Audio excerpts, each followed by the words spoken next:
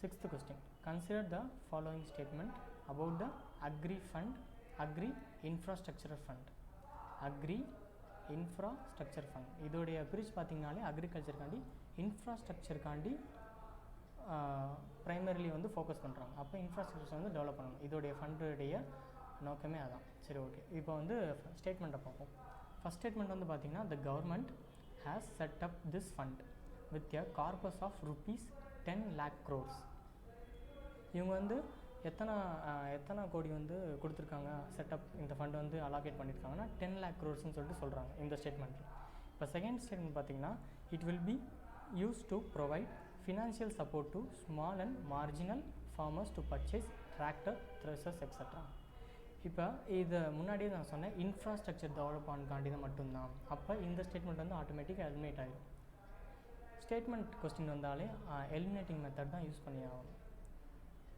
ஓகேவா? அதனால தான் இதை வந்து ஈஸியாக எலிமினேட் பண்ண முடியும், ஆன்சரை வந்து ஈஸியாக லாக் பண்ண முடியும். ஸோ இது பார்த்திங்கன்னா பர்ச்சேஸ் டிராக்டர் அண்ட் ட்ரெஷர்ஸ் கேட்டிருக்காங்க. கண்டிப்பாக இதோடைய யூசேஜ் வந்து இதோடைய ஃபண்ட் வந்து நோக்கமே வந்து டிராக்டர்ஸும் த்ரெஷர்ஸும் வாங்குறதில்ல.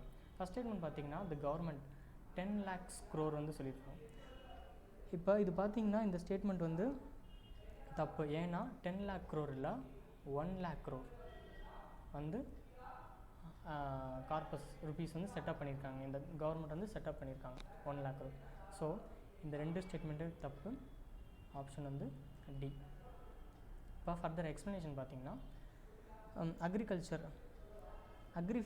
அக்ரி ஃபண்ட் வந்து it is a central sector scheme.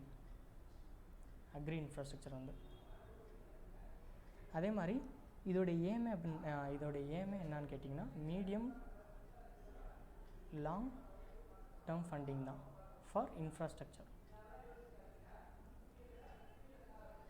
Maximum எவ்வளோ இயர் கொடுப்பாங்க அப்படின்னு கேட்டிங்கன்னா, ரீஃபண்ட் பண்ணுறதுக்கு நீங்கள் லோன் வாங்கியிருப்பீங்க, லோனை வந்து திருப்பி பே பண்ணுறதுக்கு 7 years வரைக்கும் மேக்ஸிமம் பீரியட் வந்து கொடுத்துருக்காங்க.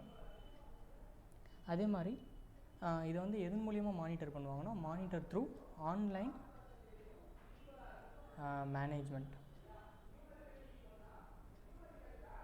Information system, management information system, இதில் தான் அவங்க வந்து ஆன்லைனாக மானிட்டர் பண்ணுவாங்க.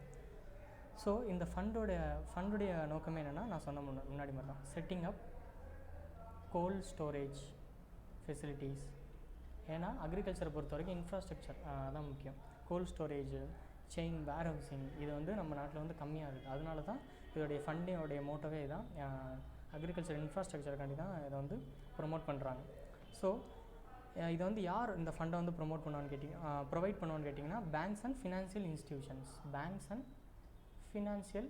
இன்ஸ்டியூஷன் தான் ஃபண்டை வந்து ப்ரொவைட் பண்ணுவாங்க.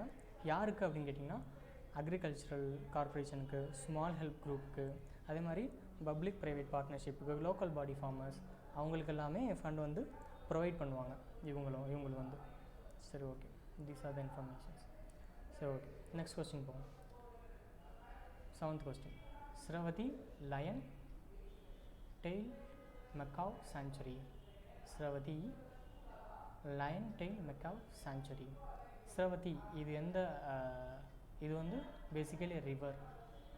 லைன் டெயில் மெக்காவ் இது வந்து என்னென்னா, it is a oldest monkey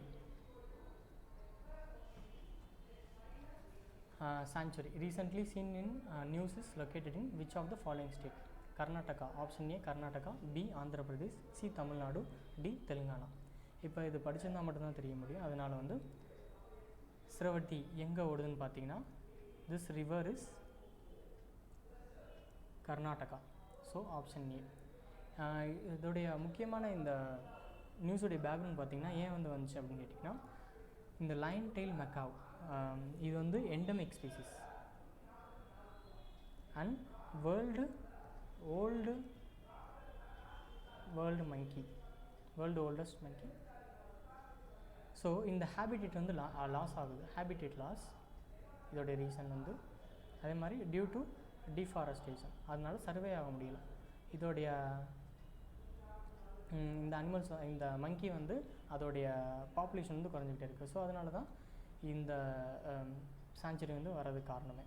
so ஸ்ரவதி river originate இன் அம்புஸ்தீப் தீர்த்தா இன் கர்நாடகா, அம்புஸ் தீர்த்தான்னு சொல்லிட்டு அந்த கர்நாடகாவில் உள்ள ஒரு பிளேசஸில் தான் இதாகுது, உருவாகுது.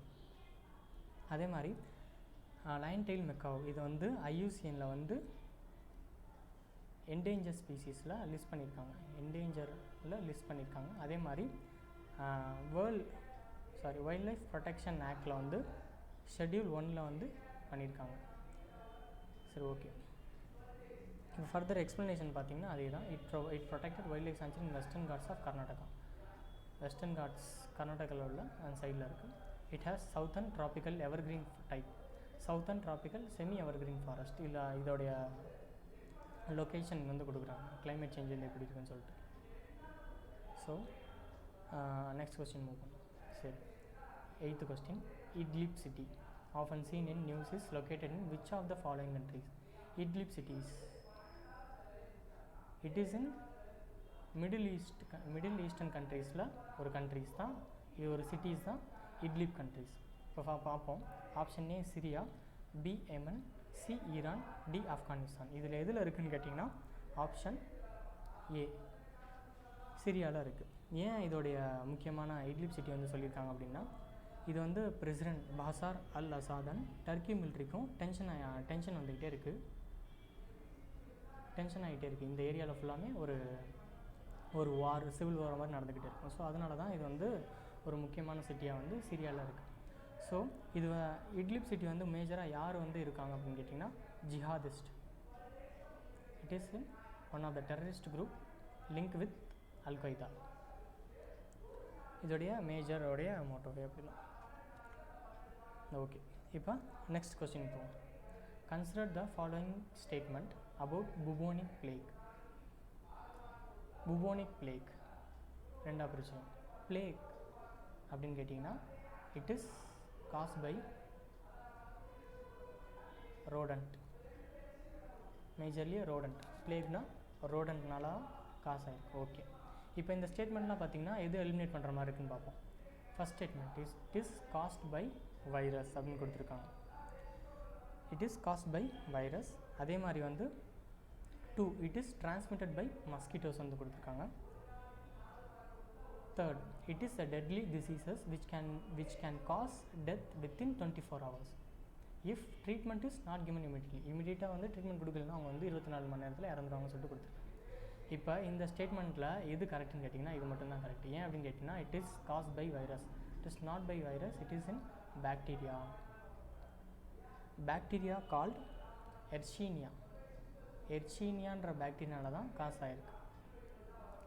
அதே மாதிரி இது வந்து எதுலேருந்து இந்த பாக்டீரியா வந்து எதில் அதிகமாக இருக்குன்னா ரோடன்ஸ், அதனால தான் பிளேகே வருது. ஓகே, செகண்ட் ஸ்டேட்மெண்ட் பார்த்தீங்கன்னா it is transmitted by the mosquitoes, not by the mosquitoes, it is fleas and other animals, அதனால தான் வந்து டிரான்ஸ்மிட்டட் ஆகிருக்கு. ஸோ இந்த 2 ஸ்டேட்மெண்ட்டுமே தப்பு, 3 மட்டும் கரெக்டான ஆன்சர். ஃபர்தர் எக்ஸ்ப்ளனேஷன் பார்ப்போம். இந்த bubonic plague, பிளேக்லேயே 3 விதமாக இருக்குது. ஒன் இஸ் bubonic, செகண்ட் பார்த்தீங்கன்னா நிமோனிக் பிளேக், தேர்ட் பார்த்தீங்கன்னா செப்டிமிக் பிளேக். bubonic பிளேக் வந்து இன்னொரு நேம் வந்து என்னென்னா இட் இஸ் எ பிளாக் டெத்துன்னு சொல்லுவாங்க. அதே மாதிரி நிமோனிக் பிளேக் தான் மோர் விருலண்ட், ரொம்ப வீரியமாக இருக்கும். இது வந்து சடனாக வந்து டெத் ஆகிடுவாங்க இதை காஸ் பண்ணாங்கன்னா. இது வந்து வந்துச்சு அப்படின்னு கேட்டிங்கன்னா இது ட்ரீட்மெண்ட்லாம் ஒன்றும் இல்லை, அதனால் வந்து most virulent form. So these are the 3 types of plague அப்படின்னு சொல்லிட்டு சொல்கிறாங்க. ஓகே, இது வந்து சிம்டம்ஸ் வந்து என்னென்னு கேட்டிங்கன்னா swollen lymph nodes வந்து சொல்லாகும், நிலநீர் முடிச்சுக்கன்னு சொல்லிட்டு சொல்கிறாங்க. which can enlarge in chicken legs in the groin, armpit or neck. இந்த இடத்துலலாம் lymph nodes இருக்குது, அதனால தான் இது வந்து swell ஆகுது. this may be tender and warm. other types of fever, chillness, headache, these are the common symptoms for all diseases. so bubonic plague. சரி, okay, next move to the questions. okay, 10th question. Consider the following statement about the Foreign Contribution Regulation Act. இது என்னன்னு கேட்டிருக்காங்கன்னா foreign contribution regulation ஆக்ட்னு கேட்டிருக்காங்க. இதோடைய aim என்னன்னு பார்த்தீங்கன்னா financial from foreign countries. Foreign கண்ட்ரீஸ்லேருந்து ஃபினான்ஷியல் சப்போர்ட் வந்து இந்தியாவுக்கு வர்றது. Financial support from other countries or foreign countries. இது எப்போ வந்துச்சுன்னு கேட்டிங்கன்னா, originally it was formed in 1976 வந்துச்சு. ஏன் அப்படின்னு கேட்டிங்கன்னா, due to the Indira Gandhi period வந்துச்சு. ஏன் வந்து இனிஷியலியாக பொலிட்டிக்கல் பார்ட்டிஸ்க்கு மட்டும்தான் இது வந்து எஃப்சிஆர்ஏ போட்டிருந்தாங்க. அடுத்து இட் என்லார்ஜஸ் இட் எல்லாருக்கும் வந்து ஜட்ஜஸுக்கு, பார்லிமெண்ட்டுக்கு, அதே மாதிரி எல்லா லெஜிஸ்லேச்சருக்கு, மேஜர்லி ஜட்ஜஸுக்கு, இந்த மாதிரிலாம் நிறையா பேருக்கு வந்து அடுத்து வந்து அமெண்ட்மெண்ட் பண்ணிக்கிட்டே இருந்தாங்க இந்த எஃப்சிஆர்ஏல. இப்போ ஃபஸ்ட் ஸ்டேட்மெண்ட் வந்து பார்ப்போம்.